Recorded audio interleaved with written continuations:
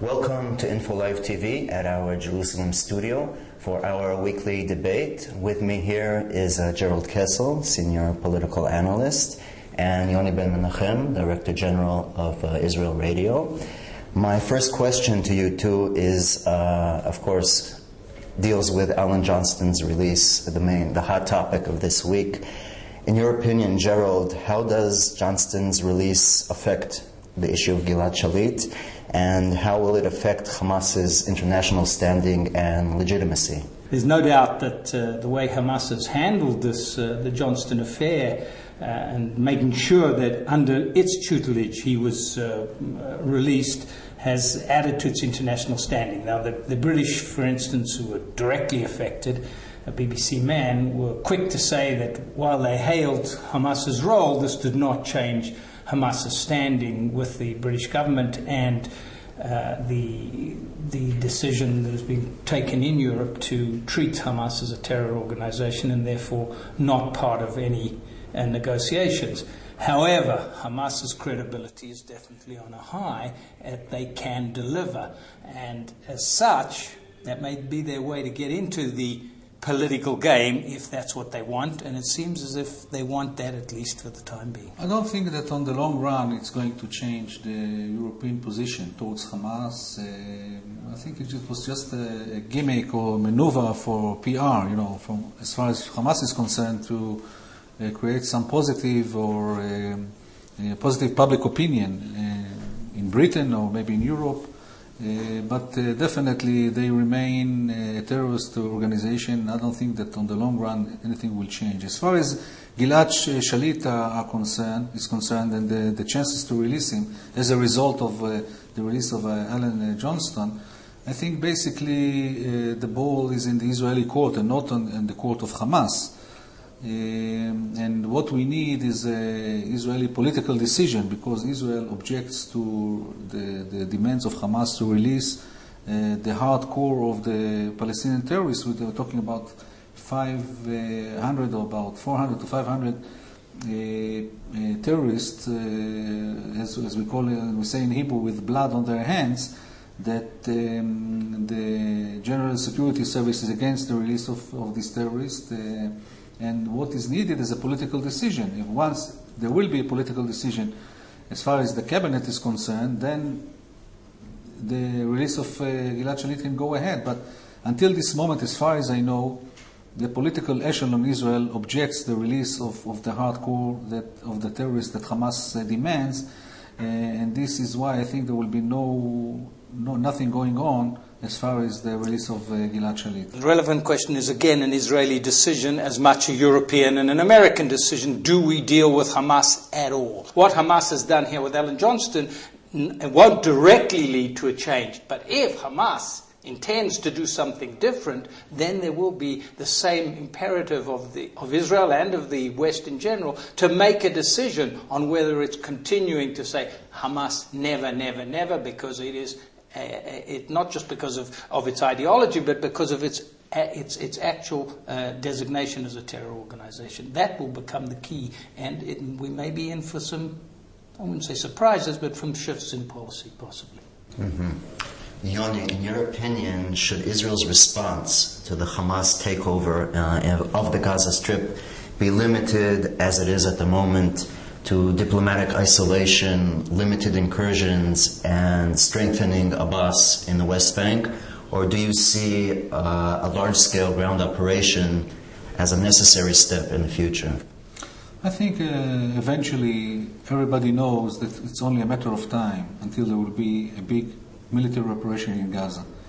We also have to take in consideration the remarks of the new Defense Minister, Mr. Ehud Barak, who said that he wants Israel to regain its deterrence again. Okay, and Israel will not put up on the long run with what is happening in Gaza, the smuggling of the weapons, the Hamas getting stronger, Iranian experts in Gaza preparing the Hamas for a war with Israel, and so on. So it's only a matter of time, because the Hamas is making preparations on the ground, maybe in coordination with Hezbollah, that when there will be a second round with Israel, between Israel and Hezbollah in the north, there will also be some rocket attacks from Gaza at the same time, simultaneously. And this is a big danger for Israel. And eventually Israel will have to go into Gaza for a military operation on a large scale in order to destroy the military infrastructure that was built after the disengagement from Gaza for the Hamas and for the other Palestinian factions. So it's a matter of time only.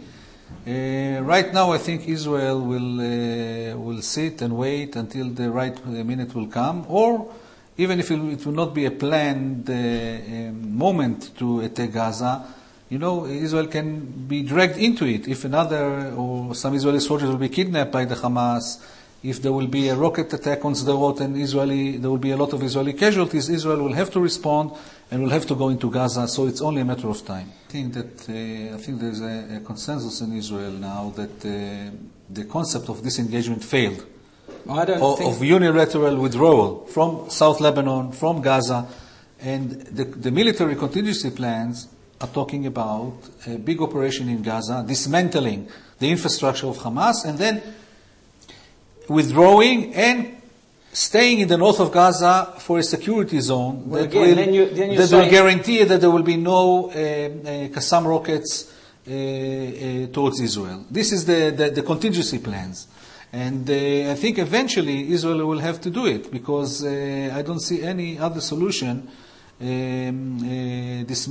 to dismantle the military infrastructure, which is a growing threat to Israel's security. Yeah, but then you're suggesting two things. One level is Israel will take whatever military measures are necessary to curb the Hamas threat from Gaza. Right. That's on a tactical level. That does not counter what you afterwards said, that Israel made a mistake of disengaging militarily from Gaza, and that therefore has to go back and No, I didn't say it made a mistake. I think that there is a consensus after what happened.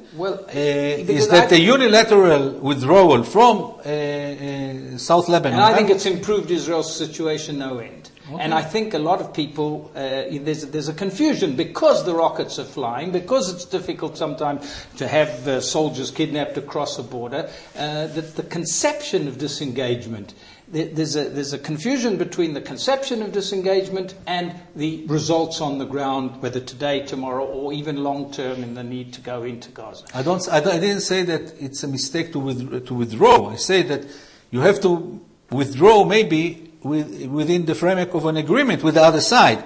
But if you withdraw unilaterally, you only put the Israel in more danger, because there's nobody there to keep the security after you withdraw. But I'm contending that if you'd have tried to withdraw unilaterally, not withdrawn unilaterally, perhaps it should have been coordinated, yes, but if Israel had not withdrawn, Israel would have been in a far worse situation, even if it had been. Because Israel was in a situation, we tend to forget that. And that's what I think the whole disengagement philosophy was not about advancing Israel towards peace between the Israelis and Palestinians, but fighting Hamas on better terms outside Gaza. Now, to say we're going to go back into Gaza, if as you say, that is the argument being used in widespread, that would be a mistaken, a double mistake. A mistake where the strategy, perhaps the tactics didn't work all that well in the way disengagement took place, but the philosophy of disengagement was a very positive one. Because I don't see any other way to dismantle the military infrastructure of Hamas without going in. There's no other way. You cannot do it from outside of Gaza. You cannot dismantle the military infrastructure from outside. We're trying to do it now, and we're failing. We're not succeeding. One moment. Regarding such a large-scale operation in the Gaza Strip, Ehud Barak, as you both know, is much more experienced than his predecessor. My question is, would Ehud Olmert's extremely low popularity, not to say incompetence, prevent him from approving such an operation if it were to be suggested by Ehud Barak? It's not a matter of popularity. There is, let's say, a nightmare for the political echelon. After what happened in Lebanon, the last war, and the Vinograd Investigation Committee, I think the political echelon, this political echelon now, headed by Olmert, feels that its hands are tied, and it cannot make another military operation in Gaza because of what happened in South Lebanon. Eventually, the situation on the ground and the reality is stronger than any investigation committee, and there might be a moment that the political echelon will have to make a decision to do this and to go into Gaza, because otherwise he will be compromising the Israeli security. So this is the situation. It's very complicated. You're absolutely right, Yoni, that there's the inhibitions, political inhibitions, because of the perceived outcome of the war in Lebanon and Olmert's own fragile status as Right. national leader at the moment, which will certainly inhibit in any immediate, unless there are extreme circumstances, and even possibly in extreme circumstances. Israel, despite its wishes to restore the status quo ante with respect to Hamas's strength in Gaza, might find that it's not all that easy to do in a way that perhaps it will have to live with a difficult border, but rather to concretize the border more than concretize the border from within. So I'm suggesting that I don't believe it's, even though that's the projected will of the Israeli military to do it, given all these inhibiting factors, I'm not absolutely sure that it's a definite. Mm-hmm. The Arab world, there have been reports about efforts being made in the Arab world to renew the dialogue between Khaled Mashal and Mahmoud Abbas, Abu Mazen, renew the dialogue essentially between Fatah and Hamas. Do you think it's at all possible, or have they passed that stage permanently of dialogue? No, I think they will resume the dialogue. It's only a matter of time. They will resume the dialogue because they don't have any other option. The Palestinian public will not accept this separation between the West Bank and Gaza. Right now, the Fatah is furious, of course, at Abu Mazen is furious at Khaled Mashal, at the Hamas, for what they call a coup d'etat that happened in Gaza against the Palestinian legitimacy. Of course, they're blaming them for destroying the Palestinian dreams and so on. Right now, they're furious, but eventually they will have to come and negotiate, because the power of Hamas is increasing, not only in Gaza, after they took over Gaza, also in the West Bank. So I think the Fatah is very weak now, and eventually they will have to resume the negotiations with Hamas and try to come to terms with the Hamas, how to split power and so on. In my opinion, what Israel should be doing is disengaging from the Palestinians as far as possible. Exactly, we should not intervene in the Palestinian affairs. Israel's issue is Israel's issues. Mm-hmm. And Israel should determine its policy in terms of how the other side, or in terms, as Olmert and Sharon did, of taking an initiative which suits Israel's interests, which I believe the disengagement did, and do the things that suit Israel's interests, and not try to influence Palestinians or anywhere else in the Arab world to suit Israel's interests. Exactly. Thank you very much, Yoni Ben Menahem, Jerrold Kessel. Thank you.